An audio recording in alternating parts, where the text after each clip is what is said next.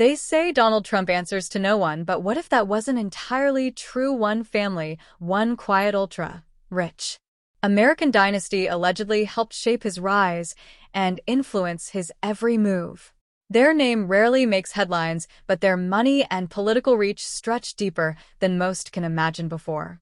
Revealing who they are, will explore the richest families in America, the ones who own not just companies but influence, networks, and sometimes even presidents. Let's begin with the empire built on cleaning products, family secrecy, and global power. 15. The S.C. Johnson. The S.C. Johnson family.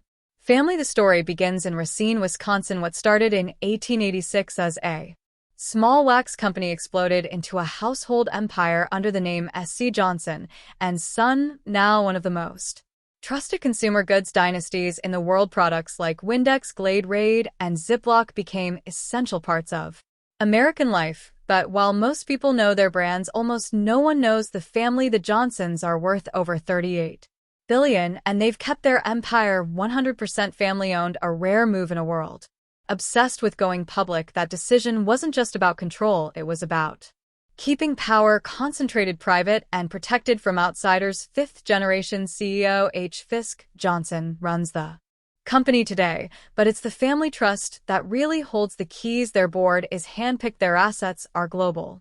Their money stretches from Asia to Africa, backing everything from real estate to renewable energy projects that never bear their name, but their influence goes far beyond cleaning products. The Johnsons are tied deep into climate policy, conservation deals, and international government partnerships. They're known for huge philanthropic gifts like $150 million to Cornell University, but critics argue that these donations also buy loyalty and access in places that matter. They've held private meetings with U.S. presidents and even funded secretive research into corporate influence and environmental lobbying. Few scandals have ever touched them, and that's exactly how they like it.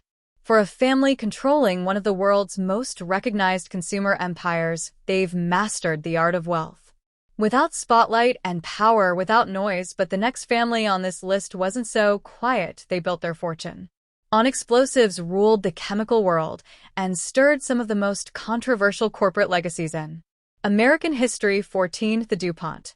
The DuPont family. The DuPonts didn't just make money, they manufactured power, literally. In 1702, a Littorine DuPont started producing gunpowder along the Brandywine River in Delaware. That business evolved into a chemical empire so dominant that by the 20th century, the DuPont Company controlled America's war machine infrastructure and even daily consumer life. For decades, it was said the DuPonts had their hands in everything from toothpaste to nuclear weapons. At their peak, the family's holdings made up more than 1% of the entire U.S. GDP, and they sat on what many called the first American dynasty. The DuPonts built mansions, private schools, secretive trusts, and think tanks. Several members held government positions, advised presidents, and shaped U.S.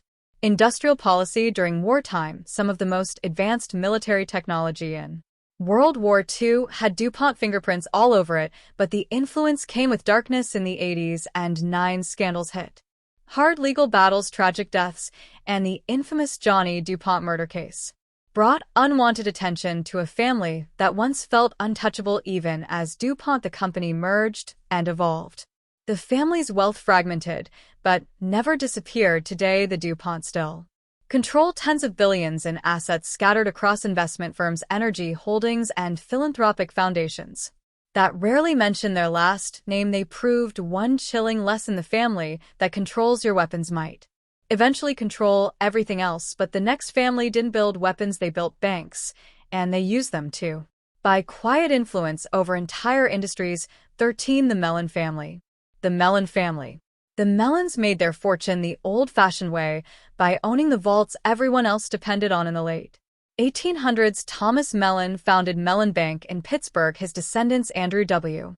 Mellon especially, would go on to become one of the most powerful financial families in U.S. history. Andrew served as Secretary of the Treasury for 3 presidents, and his influence helped shape modern capitalism. By the early 20th century, the Mellons had bankrolled Gulf Oil, Alcoa, Westinghouse, and General Motors through a web of banks, private trusts, and holding companies. The family quietly amassed control over critical sectors of American industry. At one point, they were behind nearly 20% of the U.S. industrial output, but you'd never know it from their public image. Their grip wasn't just economic, it was political. They were major GOP donors, architects of tax policy, and silent funders behind lobbying efforts that protected generational wealth and deregulated finance. Even Carnegie Mellon University, now a global tech powerhouse, owes much of its origin and growth to Mellon endowments and board control.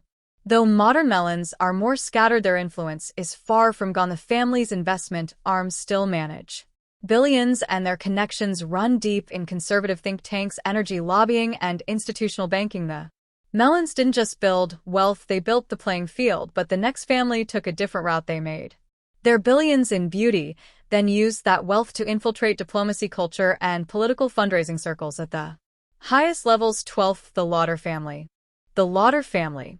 It started with Estee Lauder and a few face creams in the 1940s. By the time her grandchildren took over, the family had built a global cosmetics empire that now commands over $80 billion in market value. But behind the mascara, mirrors, and moisturizers lies a web of influence that extends far beyond the beauty industry. The Lauder family is a rare mix of luxury, legacy, and diplomacy. Ronald Lauder, Estee's son, became U.S. ambassador to Austria under President Reagan and later became one of the most influential voices in Jewish international affairs. His network includes prime ministers, presidents, and CEOs, all cultivated under the veil of philanthropy and international diplomacy. The company itself owns more than 25 prestige brands, including MAC, Clinique, Tom Ford Beauty, Jo Malone, and Aveda. But the real story is what the family does with its earnings. The Lauders are known for bankrolling elite political campaigns, hosting fundraisers attended by U.S. presidents and foreign dignitaries, and sitting on the boards of major cultural institutions like the Metropolitan Museum of Art and the World Jewish Congress. Estee's descendants are now part of the East Coast donor elite, moving between Park Avenue, Palm Beach, and Davos with ease. Their money isn't loud, their power doesn't need to be. It shows up in policy shifts, art deals, and the rooms where major global decisions are shaped. And while the Lauders may be fluent in diplomacy, the next family operates through something far more intoxicating: alcohol, legacy, and a name that once defined American celebration. 11. The Bush family.